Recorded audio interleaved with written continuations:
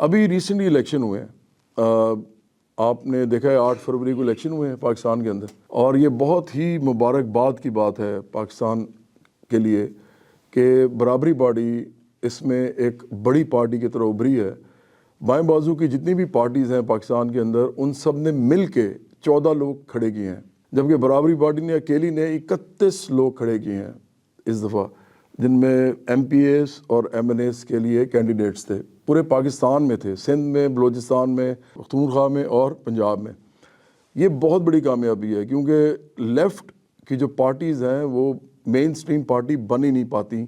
हमने आज तक पाकिस्तान में प्योर लेफ़्ट की कोई पार्टी नहीं देखी। हम अपने आप को वाहिद प्योर लेफ़्ट की पार्टी समझते हैं जो मेन स्ट्रीम पार्टी बनने जा रही है, जो एक अवामी पार्टी बनने जा रही है। और अवामी पार्टी बनने का मतलब सिर्फ एक होता है और इसका कोई मतलब नहीं होता। कोई भी पार्टी अवामी हो सकती है, उसकी कोई भी आइडियोलॉजी हो। अवामी पार्टी का मतलब होता है जिसको लोग जानते हैं।